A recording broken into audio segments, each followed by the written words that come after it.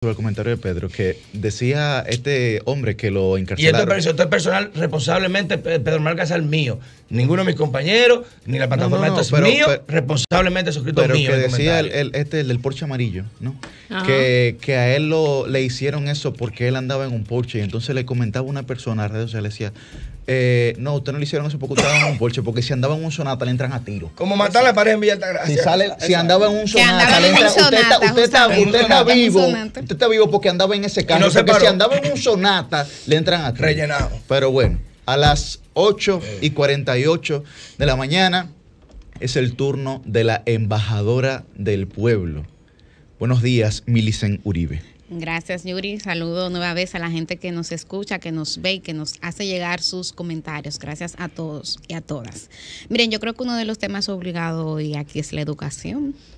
Hay que hablar de educación, señores, y de qué manera. Ahí estuve viendo resultados preliminares del concurso de oposición docente, que dicen que alrededor del 95% de quienes... Pasaron 500 de 11,000. Exactamente, 95% reprobó esa primera prueba, porque la verdad es que el esquema son 3 exámenes y la primera, pues ya ustedes saben, este alto nivel de repitencia. A propósito de eso, yo he escuchado a algunas personas que han dicho, mira, nosotros tenemos que pensar y repensar a partir de esto la inversión que estamos haciendo en educación, que es el 4% del PIB. Y yo decía, bueno, pero la fiebre no está en la sábana. O sea, nosotros tampoco podemos matar al mensajero.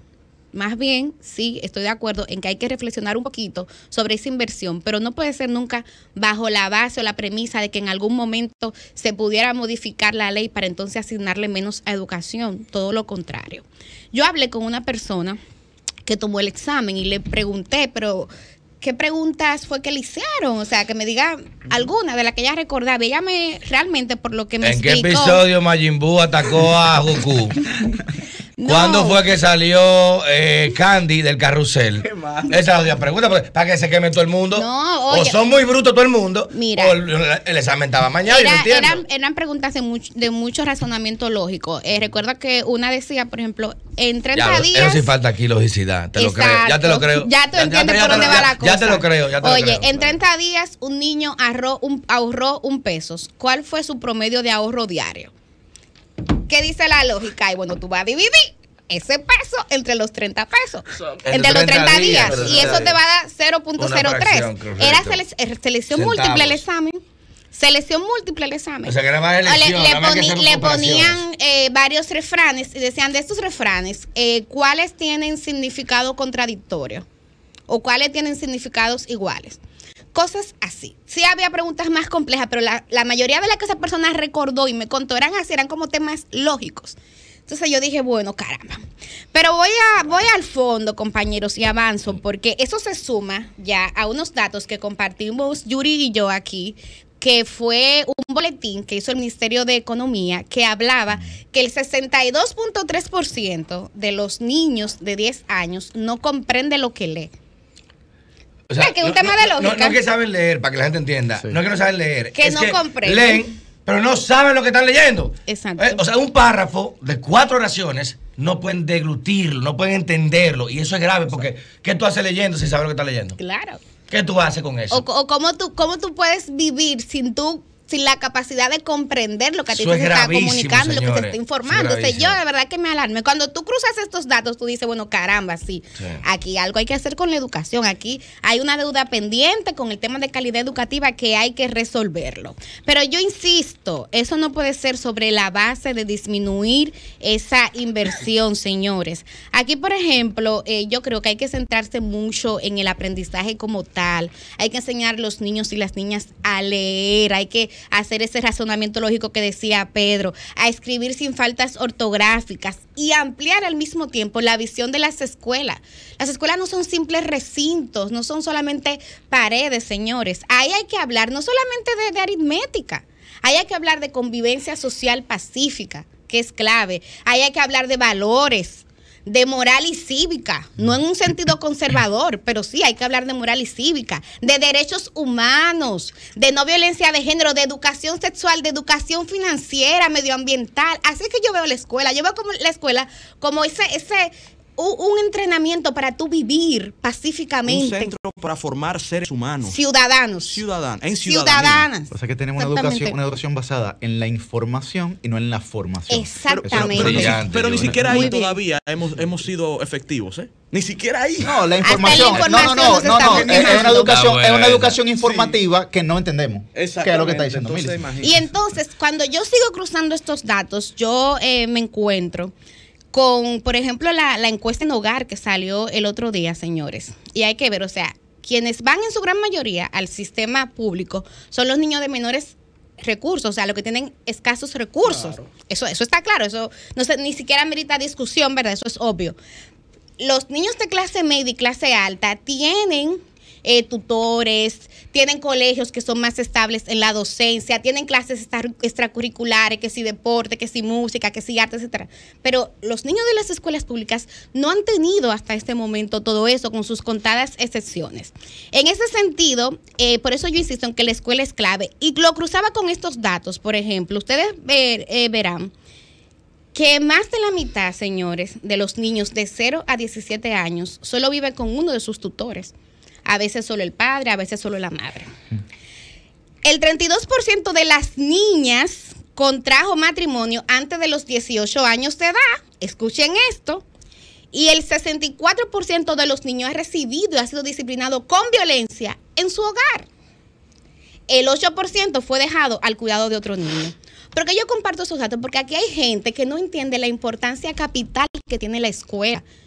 Porque a veces pensamos en familia y pensamos, como decía Pedro hace un momento en su comentario, en las familias que tuvimos, en papá y mamá, capacitados, empoderados económicamente, que están tratando de formar ciudadanos. Todo es un lío, porque te voy a decir una vaina, ¿no? Yo llevé mi chancletazo también. Claro, chancletazo. A mi psicólogo, con todo que formado, bueno, era un lío del diablo. Imagínate que uno diga el peor de ahí, o sea, de fuerte. Bueno, entonces por eso yo insisto, mire, aquí estamos hablando a propósito de estos casos de narcopolítica, de cómo en los barrios el narcotráfico se ve como una forma de ascenso social. Claro. Nosotros tenemos que empezar a ver la educación como una forma de que estos niños y estas niñas puedan romper ese círculo de la pobreza y de la violencia, que es una violencia que está naturalizada, porque cuando tú la recibes en tu propio hogar, dime, o sea, desde pequeño, desde los 0, 2, 4 años, recibiendo violencia, tú vas a reproducir violencia. Entonces luego nos preguntamos, ¿por qué esta sociedad es tan violenta? ¿Por qué hay tantos homicidios? ¿Por qué hay tantos accidentes de tránsito?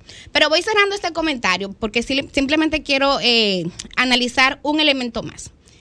Y es cómo nosotros tenemos al mismo tiempo que cuidamos esa inversión en educación que debería de aumentar. Cuando tú te pones a analizar, Costa Rica invierte casi el 8% de su PIB en educación, es el doble de República Dominicana. O sea, aquí la tendencia es que los países sigan aumentando. Nosotros no tendríamos que ir en un sentido contrario. Ahora sí, que se amerita más transparencia alrededor de esa inversión, sí. Claro. Se amerita muchísima más transparencia. ¿Saben por qué? Porque desde el 2013 aquí se está invirtiendo esta cantidad de dinero en educación. Y nosotros, ¿cuántos ministros han salido de ahí con aspiraciones presidenciales? ¿Cuántas diputaciones han salido de ahí? Pero la calidad educativa todavía sigue siendo una deuda pendiente.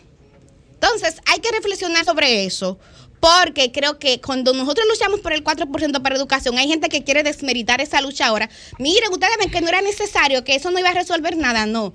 Lo que pasa es que alrededor de la educación aquí se constituyeron mafias. Y no lo digo yo. Compras y contrataciones, conjuntamente con el Ministerio de Obras Públicas y el Ministerio de Educación, emitió en marzo de este año una rueda de prensa donde hablaban cómo muchos de estos centros escolares, porque ustedes saben, aquí con el 4% lo que se hizo fue política de varilla y cemento. Porque aquí a la cultura política dominicana le gusta eso, lo ostentoso, lo que se ve, las infraestructuras. Porque lo que ellos creen que le va a ayudar a perpetuarse. Lamentablemente es la referenciación de trabajo que se tiene, hermano. Claro. Usted ha ido a la Rambla en Barcelona y tú ves que estamos trabajando, gobierno, el ayuntamiento, la cara de fulano. Tú nunca verás eso en un país desarrollado. Si que están trabajando en una calle, estamos aquí, fulano, nunca. Con una tarja toda la escuela. Esto fue en el gobierno constitucional. Está loco, eso no se hace porque se supone que el Estado es unidireccional, no es una persona, es una institución y por tanto no lo hace Milice, no lo hace porque no lo está haciendo con sus recursos, lo hace con los recursos de nosotros. Pero bueno, ya me voy. En fin, para cerrar este comentario, señalar la tendencia aquí en República Dominicana, y miren que ahora se va a discutir una reforma fiscal. Debe ser seguir aumentando la inversión social. No solamente en educación, aquí hay que aumentar, por ejemplo, en salud y presupuesto. Hay que aumentar el presupuesto en justicia, en agua, en medio ambiente, que son las áreas centrales, señores. Ahora bien, sí estoy de acuerdo en algo. O sea, hay que asimismo aumentar la transparencia y la rendición de cuentas y la veeduría alrededor de estas cosas. Porque mire, al final aquí lo que fracasó no fue el 4%. Aquí lo que pasa es que la ciudadanía cometió un error. Y como se dice popularmente, nosotros pusimos el ratón a cuidar el queso. El ratón a cuidar el queso. ¿Y saben lo que pasó? El ratón se lo comió. Cambio y fuera. Eso de los sábados.